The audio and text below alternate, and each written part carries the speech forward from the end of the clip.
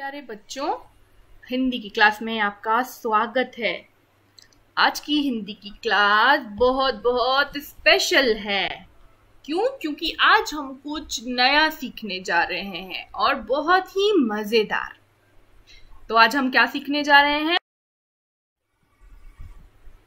हम सीखेंगे मात्रा।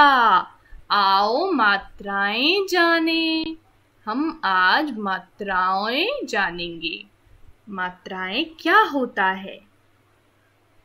हूँ राशि मैम, आपकी हिंदी टीचर, और आज हम पढ़ रहे हैं मात्रा ज्ञान। मात्रा ज्ञान हमने अभी अभी मात्राएं पढ़ना चालू किया है। मात्राएं क्या होता है एक बार और देखते हैं। ये सारे स्वर हैं। स्वर यानी कि वॉवेल्स।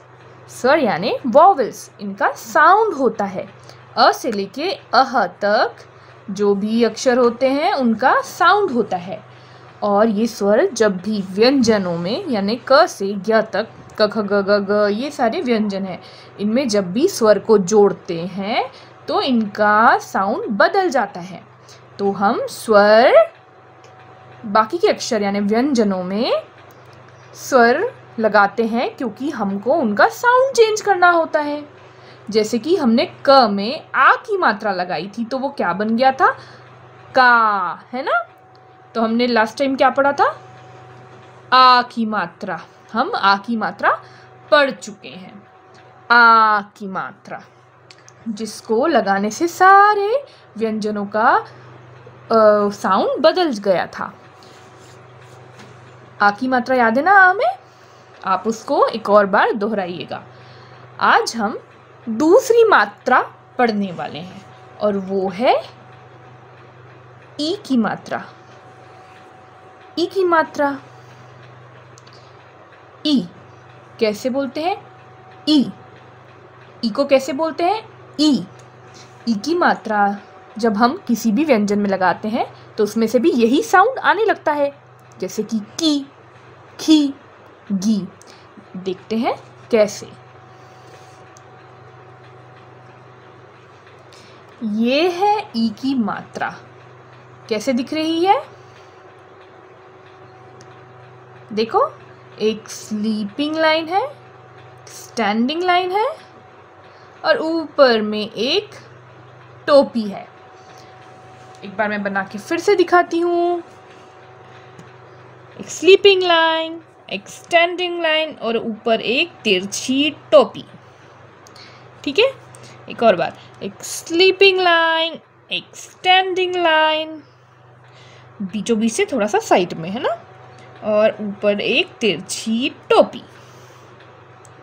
एक और बार बनाते हैं। एक स्लीपिंग लाइन, एक स्टैंडिंग लाइन और ऊपर में एक तिरछी टोपी। ये किस चीज की मात्रा है? ये है ई की मात्रा। ई की मात्रा क्या है? ये ई की मात्रा। देखते हैं ये जादू वाली ई की मात्रा लगाने से कैसे अक्षरों के साउंड्स बदल जाते हैं। ई यानी कि ई की मात्रा। ई की मात्रा जो इस तरह से दिखती है। ई की मात्रा। बच्चों, जब हम इनको अक्षरों के आगे लगाते हैं, जब भी अक्षरों में ई की मात्रा लगाते हैं तो ये मात्रा आगे की तरफ से लगती है। याद रखिएगा, अक्षरों के पहले में ये मात्रा लगती है, फिर अक्षर बनता है। जैसे आ की मात्रा में हम मात्रा बाद में लगा देते हैं, हम का के बाद में डंडा लगाते थे, पर ये डंडा पहले आएगा। जैसे कि क में ई की मात्रा कैसे बनाऊंगी मैं? इधर से, है ना? पहले स्लीपिंग लाइन, ये वाला स्टैंडिंग लाइन और एक तिरछी टोपी, क की इस लाइन में जोड़ते हुए। ये क्या है? की। ये क्या बन गया? की। ये इस तरफ से लगेगी, कभी भी छोटी ई की मात्रा इधर से नहीं लगेगी। हमेशा पहले डंडा, फिर टोपी, फिर अक्षर, है ना? याद रहे। क में ई की मात्रा की। क में ई की मात्रा लगाने से क का साउंड चेंज हो गया और वो बन गया ई। क बन गया की। क में ई की मात्रा की। अब देखते हैं ख में ई की मात्रा कैसे लगाएंगे और वो क्या बन जाएगा? ख, चलो इस तरह से ख लिख देती हूँ। ख में ई की मात्रा, और ये बन गया खी। लॉन्ग ई साउंड नहीं बेटा, शॉर्ट ई, बहुत सॉफ्टली आपको बोलना है खी, नॉट खी। खी नहीं बोलना है, बोलना है खी, बोलना है की, है ना, की नहीं, की, ई। ठीक है, ये शॉर्ट ई साउंड है ना, शॉर्ट ई साउंड। अब ग में ई की मात्रा कैसे लगाएंगे? पहले हम लिखते हैं ग। अब बताओ मुझे, आगे से मैं लगाऊंगी कि पीछे से लगाऊंगी? आगे से। छोटी की मात्रा आगे से लगती है, एक डंडा बनता है और ऊपर में एक टोपी, है ना, तिरछी टोपी। तो ये बन गया गी।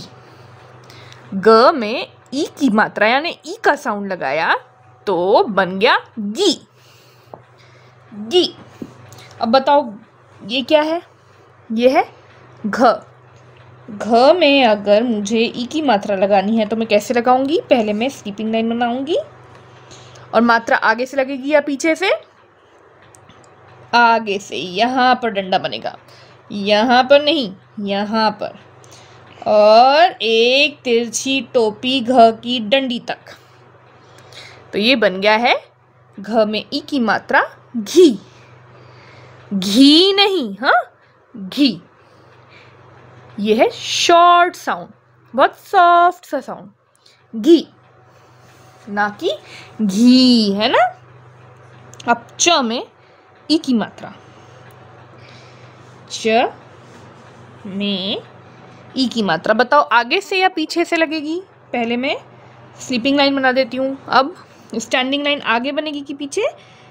शुरू में ही बन जाएगी, आगे ही बन जाएगी। और एक तिरछी टोपी लगाना है जो च के डंडे में जुड़ेगी, है ना। क्या बन गया? च में ई की मात्रा ची, किची। लॉन्ग ई साउंड नहीं, ची नहीं, ऐसा लॉन्ग साउंड नहीं, शॉर्ट वाला, सॉफ्ट वाला, ची, सॉफ्ट वाला, ची। भी ये है छ। छ में लगेगी ई की मात्रा, छ में ई की मात्रा, छ में ई की मात्रा। छ में ई की मात्रा कैसे लगेगा? पहले हम छ बनाएंगे और ऊपर का स्लीपिंग लाइन, और ई की मात्रा आगे से कि पीछे से? छोटी की मात्रा हमेशा आगे से ही लग जाती है, इस डंडे तक, है ना। एक स्लीपिंग लाइन आगे में और एक तिरछी टोपी। छी, छी नहीं, छी, है ना। ज में ई की मात्रा, ज में छोटी की मात्रा आगे से लगाते हैं। छोटी की मात्रा ज के डंडे से जुड़ेगी ये टोपी, ये बन गई जी। अब देखते हैं झ में ये कैसे लगता है। पहले आप झ लगाओ, बनाओ, ऊपर वाला स्लीपिंग लाइन बनाओ, फिर आगे में एक डंडा, है ना, हमेशा छोटी की मात्रा में आगे में ही डंडा बन जाता है, और एक तिरछी टोपी जो झ के डंडे में जुड़ जाएगी, जी, जी। छोटा सा जी, क्योंकि ये छोटी की मात्रा है, जी। अब है बारी ट की।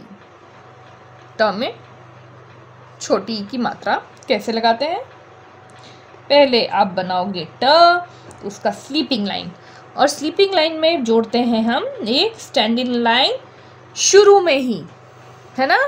यहाँ पर नहीं जोड़ना है, यहाँ पर हमेशा छोटी की मात्रा में यहाँ पर लाइन आएगी, और इस तरह से एक तिरछी टोपी जो ट के डंडे में चिपक जाएगी, है ना।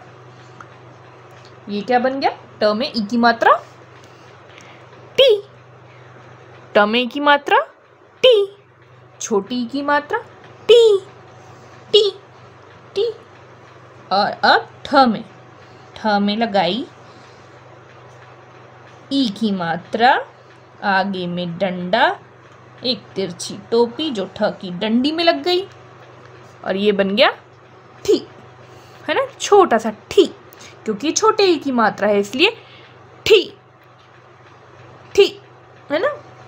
डी, अब लिखेंगे डी, ड में छोटी ई की मात्रा डी, छ में छोटी ई की मात्रा डी, ढ में छोटी ई की मात्रा डी, ढ से ढक्कन डी, डी, त में छोटी ई की मात्रा ती, तितली में बोलते हैं ना ती, तितली, ती।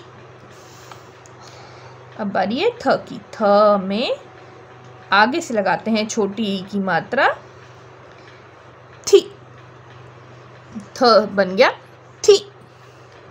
अब देखते हैं द में छोटी की मात्रा लगाने से द कैसे बन जाता है। आगे में एक डंडा और एक तिरछी टोपी जो द की डंडी से जुड़ती है और द बन जाता है दी, द बन जाता है दी, द बन गया दी। अब ध बन जाएगा, ध में कैसे लगाएंगे मात्रा, आगे में एक डंडा, तिरछी टोपी जो ध की डंडी से जुड़ गई और ये धी, ध में ई की मात्रा धी, ठीक है, छोटा सा धी बोलेंगे, शॉर्ट साउंड, नॉट लॉन्ग, धी नहीं बोलना है, धी बोलना है, ठीक है। प में कैसे लगाएंगे, आगे एक डंडा और ई की मात्रा, ये छोटी ई की मात्रा है इसलिए पी, ना कि पी, कैसे बोलेंगे P, P, it is a short sound, it is not a long sound. Okay बच्चों, तो ये हमने बहुत सारे अक्षरों में ई की मात्रा लगाना, छोटी ई की मात्रा लगाना सीख लिया है, जो आगे की तरफ से लगती है, ये बहुत इम्पॉर्टेंट है, याद रखना, ठीक है। तो आप लोग ई की मात्रा हर अक्षर में लगा के प्रैक्टिस करो और बोलो, सबसे इम्पॉर्टेंट है लिखो और फिर बोलो, बोलना बहुत इम्पॉर्टेंट है, ठीक है। तो आज के लिए हम अभी इतना ही करेंगे, हम अगली बार दूसरी मात्रा पढ़ेंगे, तब तक आप इसकी प्रैक्टिस करके इसको कंप्लीट करो, है ना। तो बच्चों आज के लिए इतना ही, हम मिलेंगे नेक्स्ट क्लास में, बाय बाय।